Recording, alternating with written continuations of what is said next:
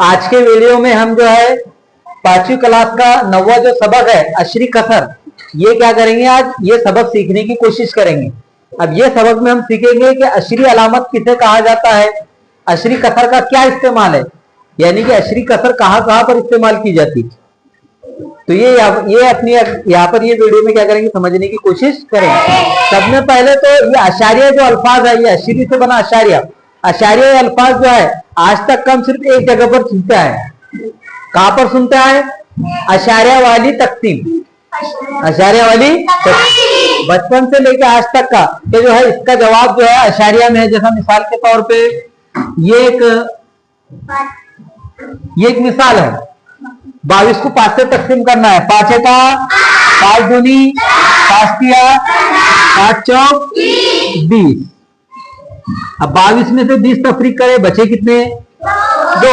फिर अब क्या करेंगे, यहाँ पर ये 2 छोटा है और इधर भी अदद क्या हो गया, खत्म हो गए। तो अब क्या करेंगे, यहाँ पर ऊपर अशारिया लगाएंगे और यहाँ पर सिफर लगाएंगे। अब 5 चौक 20, ये उसका जवाब हुआ। तो यहाँ पर अपने क्या इस्तेमाल करें, अशारिया।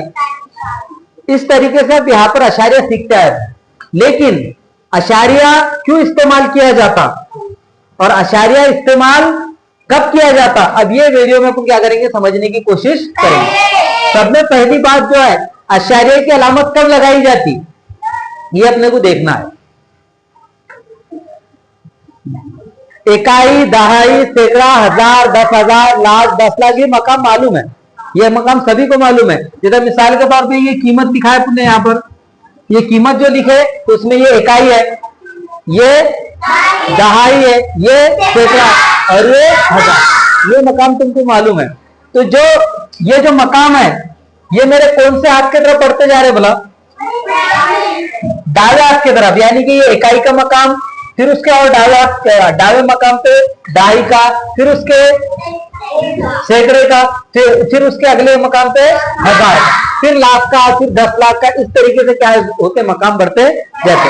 लेकिन कभी अपन ने सोचे क्या कि दावे हाथ तरफ मकाम बन रहे, तो क्या सीधा हाथ तरफ भी वैसे मकाम बन सकते? नहीं बन सकते। लेकिन सीधा हाथ तरफ भी मकाम बनते। सीधा हाथ तरफ जो मकाम बनते तो उसके आगे के मकाम जाहिर करने के वास्ते क्या कायदा इस्तेमाल किया जाता, कायदा इस्तेमाल किया जाता। जैसा मिसाल के तौर पे यहाँ पर अब ये देखो इस तरीके से लिखे, तो अभी इधर मकाम बढ़ते जा रहे। तो जैसे जो है दावे हाथ तरफ मकाम बढ़ते, वैसे ही सीधे हाथ तरफ भी क्या होते, मकाम। लेकिन उसकी शर्त यह है कि उसके वास्ते अशारिया की क्या अलामत लगाना पड़ती, यानी अशारिया की निशानी लगाना पड़ती, अशारिया की अलामत लगाना पड़ती। फिर उसके बाद जो है सीधे हाथ तरफ भी क्या बनते, मकाम बनते। लेकिन ये अशारिया कब लगाई जाती, ये अपन क्या करेंगे, तो एक मिसाल के जरिए समझने की कोशिश करेंगे। अब देखो यहाँ पर इकाई, दहाई, सैकड़ा, हजार, इस तरीके के मकाम तुम बचपन से सीखते आ रहे। लेकिन ये इकाई के मकाम पे जो है उसकी कीमत क्या है, 4, उसकी मकामी कीमत क्या है, 4। अब वो 4 कैसी मकामी कीमत है, तो देखो यहाँ पर 4 ज़रब 1 इकाई के मकाम पे, इकाई के मकाम पे, तो 4 ज़रब 1, तो उसकी इकाई उसकी मकामी कीमत क्या हुई, 4 की 4, खुद क्या हुई 4। फिर उसके बाद दहाई के मकाम पे क्या है, 3। दहाई के मायने क्या होते हैं, 10। दहाई के मायने क्या होते हैं, 10, यानी कि 3 को 10 से ज़रब करे अपने को क्या मिला, 3। तो इसकी मकामी कीमत क्या है, 30। इसकी मकामी कीमत क्या है, 30। फिर उसके बाद सैकड़े के मकाम पे क्या है, 6। सैकड़े के मकाम पे क्या है, 6। तो 6 ज़रब 100 कितने हुए, 6। फिर हजार के मकाम पे क्या है, हजार के मकाम पे क्या है, 5। तो यहाँ पर हुए 5 ज़रब 1000 कितने हुए, 5 है। तो जैसा इधर दावे तरफ जितने तुम मकाम बताते जाते, तो उनके दरमियान कौन सा अमल जाहिर किया जाता, ज़रब का। लेकिन जब जो है सीधे हाथ की तरफ जो है अशारिया लगाने के बाद जो है उसको ज़रब से ना जाहिर करते हुए कैसे जाहिर किया जाता, तकसीम से। जब भी बटे वाली कीमतें रही, तो इसका मतलब यह है कि वहां पर तकसीम का अमल क्या है, जारी है। तो यहाँ पर जो है ये इसका पहला मकाम है, तो ये जो पहला मकाम है इसका क्या है, 10वां हिस्सा क्या है, 10वां हिस्सा। तो अब अगर कभी जो पहले मकाम में अगर 5 को अगर 10 से तकसीम करे तो जवाब क्या आ रहा है? 0.5। फिर दूसरा जो मकाम है उसका 10वें हिस्से के बाद कौन सा हिस्सा रहेगा? 100वां हिस्सा, क्योंकि इकाई के दाई के बाद क्या आता? सैकड़ा। तो 10वें हिस्से के मकाम के बाद क्या आएगा? 100वां हिस्सा। फिर उसके बाद 1000वां हिस्सा। तो बोलने का मतलब यह है कि इन मकाम को इकाई, दाई, सैकड़ा, हजार इस तरीके से कहा जाता। तो इनको क्या कहा जाता? पहले मकाम को 10वां हिस्सा, दूसरे मकाम को 100वां हिस्सा और तीसरे मकाम को 1000वां हिस्सा। इधर के जानिब ज़रब का अमल होता, यानी कि इधर के मकाम जाहिर करने के वास्ते कौन सा अमल करते? ज़रब का। और इधर के मकाम जाहिर करने के वास्ते कौन सा अमल करते? तक़सीम का अमल करते। तो इसको बोलेंगे 10वां हिस्सा, इसको बोलेंगे 100वां हिस्सा और इसको बोलेंगे 1000वां हिस्सा। अब फर्ज करो कोई दुकान पे गए तुम, और दुकान पे जाने के बाद तुमने कोई चीज खरीदे, जैसा मिसाल के तौर पे तुमने जो है एक जो है चॉकलेट खरीदे, या फिर उसके अलावा तुमने जो है कोई दवाइयों की दुकान पे गए, तुमने ड्रॉप खरीदे कोई, और ड्रॉप की कीमत है 25 रुपए 50 पैसे।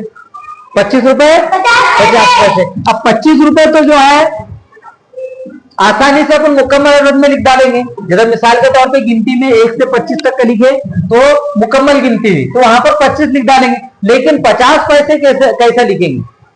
50 पैसे किस तरीके से लिखेंगे? तो इसके लिए काय का इस्तेमाल किया जाता है? अशारिया का इस्तेमाल किया। यानी कि जो कीमतें मुकम्मल नहीं रहती, जो कीमतें मुकम्मल नहीं रहती, जैसा मिसाल के तौर पे 1 2 3 1 2 3 ये 4, ये क्या कीमतें? मुकम्मल कीमतें है, लेकिन इनके दरमियान भी अदद है। जैसा मिसाल के तौर पे 1.5 है, 2 है, तो अपने उसको दो शक्ल में लिख सकते हैं, एक कसर की और एक अशरी कसर। तो जो अदद मुकम्मल तौर पे नहीं लिखे जा सकते वो अदद को काय की शक्ल में लिखा जाता? अशारिया की शक्ल में लिखा जाता। तो अशारिया जो मुकम्मल अदद जो नहीं लिख सकते उसको 2 तरीकों से लिखा जा सकता, एक है कसर की शक्ल में और दूसरा है अशरी कसर की शक्ल में। तो अशारिया का इस्तेमाल क्यों किया जाता? अशारिया की अलामत का इस्तेमाल इसलिए किया जाता, जो अदद अपन मुकम्मल नहीं लिख सकते उसको जाहिर करने के वास्ते, उसको बताने के वास्ते वो अशारिया का इस्तेमाल किया जाता। यानी कि इसका मतलब क्या है? 25 रुपए 50 पैसे में क्या है? वो दवाई की है या ड्रॉप है? दवाई जो है वो ड्रॉप कितने में है? 25 रुपए 50 पैसे। तो 50 पैसे जाहिर करने के वास्ते इस तरीके से तो लिख नहीं सकते उसको। इस तरीके से लिखेंगे तो क्या हो जाएगा? 2550। 2550। इस तरीके से लिखे तो फिर क्या हुआ? 25 रुपए 50 पैसे।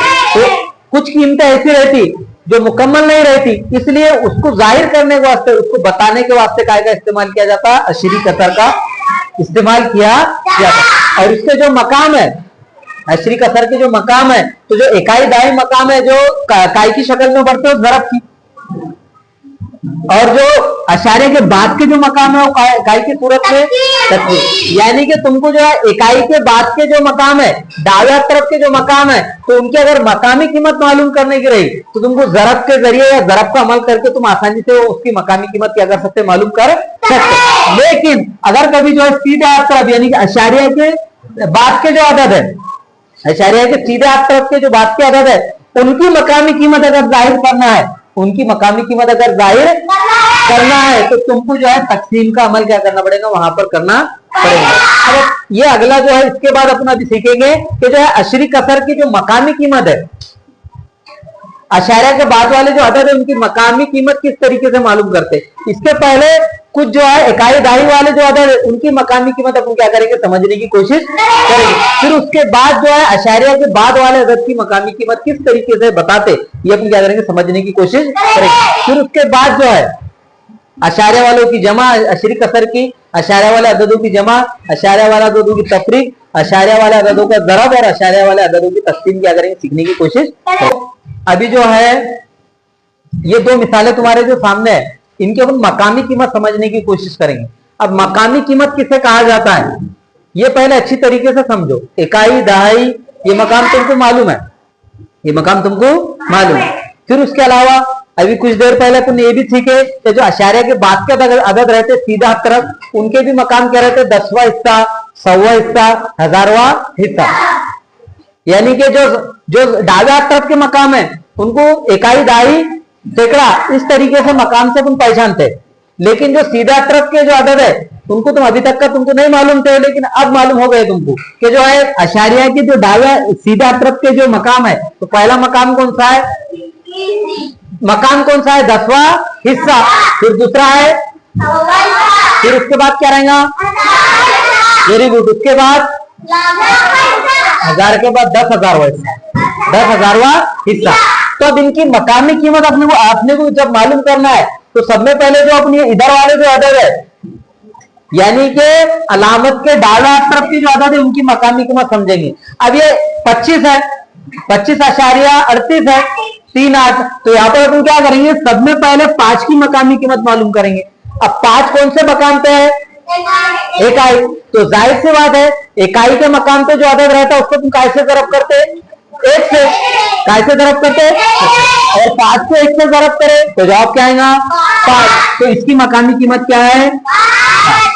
इसकी मकामी कीमत क्या है? 5। फिर उसके बाद जो है ये जो दूसरा अदद है दाई के मकाम पे, 10 के दाही के मायने क्या होते हैं? 10। दाही के मायने क्या होते हैं? तो जब भी तुमको दाही के मकाम वाले अदद की जो है, दाही के मकाम वाले अदद की मकामी कीमत मालूम करना है, तो तुम उसको क्या करेंगे? 10 से ज़रब करेंगे। तो ये यहाँ पर क्या है? 2। क्या यहाँ पर क्या है? 2। तो 2 दाही के मकाम पे है, तो दाही के मकाम पे इसलिए तुम क्या करेंगे? उसको 10 से ज़रब करेंगे। तो 2 ज़रब 10 कितने हुए? 20। 2 दाहे 20 होता ना, 2 दाहे 20, यानी कि 2 की मकामी कीमत क्या है? 20।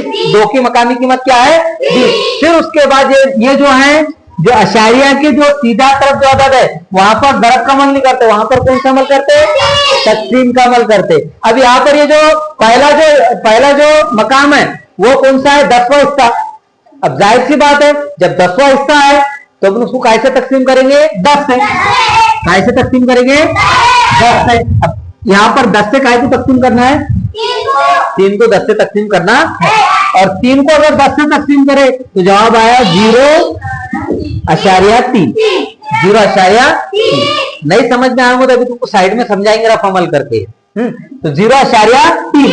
अब उसके बाद जो अगला मकाम है, कौन सा मकाम है? 8 नहीं, 10वां हिस्सा है। क्या है? 10वां। अब 100वां हिस्सा है, सॉरी कितना है? 100वां हिस्सा है। तो 100वां हिस्सा है, तो जाहिर सी बात है कैसे तकसीम करेंगे? 100 से। कैसे तकसीम करेंगे? तो उसका जवाब आएंगे 0.0। इस तरीके से कोई भी अदद की, या अशारिया वाले अदद हो, या जो है इकाई दाही वाले अदद हो, ऊपर वाले अशारिया के बाद के मकाम हो, या अशारिया के सीधा डाला तरफ के मकाम हो या सीधा तरफ के मकाम हो, उनकी तुम मकामी कीमत क्या कर सकते हैं? आसानी से मालूम कर सकते। बस एक बात का ख्याल रखना कि जो डाला तरफ के अदद है उन पर ज़रब का अमल करना है। अशारिया के डाला तरफ दावी जानिब जो अदद है उन पर कौन सा अमल करना है? ज़रब का। और जो अशारिया की सीधे जानिब जो अदद है उन पर कौन सा अमल करना है? तकसीम का अमल करना है। अब आगे देखो, ये 3.57, 3.5। अब 3 कौन से मकाम पे? इकाई के मकाम पे। तो 3 ज़रब 1, तो इसकी मकामी कीमत क्या है? 3। इसकी मकामी कीमत क्या है? 3। फिर उसके बाद है 5। अब 5 जो है अशारिया की अलामत की सीधी तरफ है, तो वो कौन सा हिस्सा हुआ? पहला हिस्सा 10वां। कौन सा हिस्सा हुआ? 10। अब 10वां जब हिस्सा हुआ तो इसको करेंगे तुम तकसीम 5/10, यानी कि 10 से तकसीम करेंगे।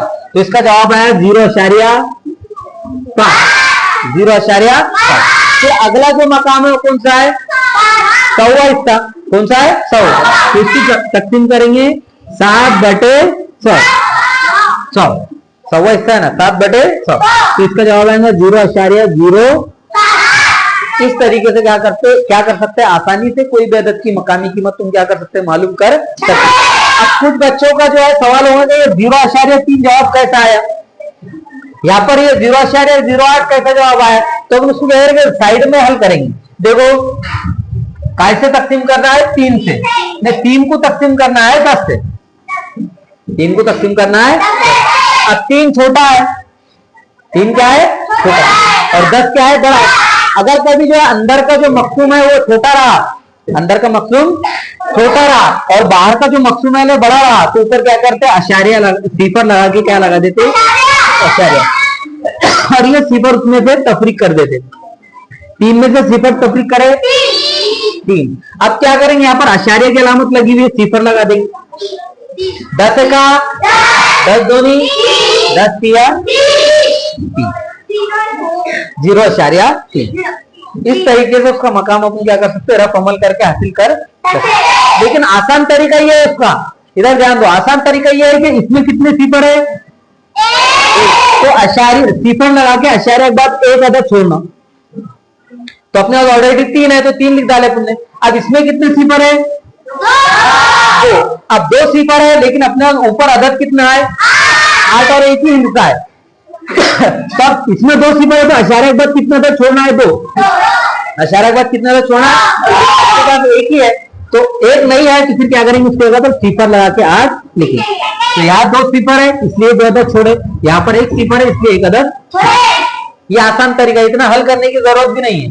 जैसे मिसाल के तौर पर अगर 1000 हो, इस तरह कोई अदद है इस तरीके से 3.5 7 3। अब इसकी मकामी कीमत बताना है तो ये कौन से हिस्से पे है, 1000वें। कौन से हिस्से पे, 1000। ये 100, ये 10, 100, 1000। अब 1000वें है यानी कि नसब नुमा में कितना रहेगा, 1000 है और 3 ऊपर लिखेंगे। अब इसमें कितने सिफर है, तो अब अशारे के बाद कितने अदद होगा, 3। अशारे के बाद कितने अदद होगा, 3। लेकिन अपने पास कितने अदद है, 1। तो अपन क्या करेंगे, सिफर अशारिया 2 सिफर लगा देंगे क्योंकि 3 मकाम होना ना, और बचे हुआ 1 3 लिख डालेंगे।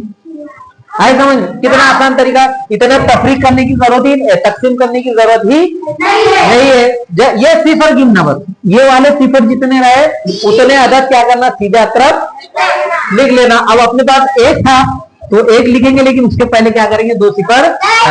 अब उम्मीद है कि अशरी कसर ये जो अपने शुरुआत करे सबक की अभी तक का तुम्हारे समझ में आ गया होगा कि अशरी अलामत किसे कहा जाता।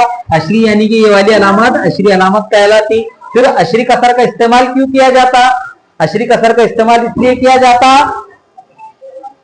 जब जहां पर अपन मुकम्मल अदद नहीं लिख सकते और उसकी जो मकामी कीमत है किस तरीके से जाहिर कर सकते। तो इकाई दाई वाले जो दाया तरफ के अदद है तो उनको जो है ज़रब का अमल करना है मकामी कीमत मालूम करने के वास्ते, और अशारे के बाद के जो अदद है उन पर तकसीम का अमल करना है सीधे हाथ तरफ से। उम्मीद है कि तुमको जो है ये वीडियो समझ में आया होगा या फिर ये जो टॉपिक समझ में आ गया होगा। और अगर नहीं समझ में आया तो बार बार वीडियो देखो, इंशाल्लाह तुम्हारा टॉपिक क्या हो जाएगा, समझ में आ जाए।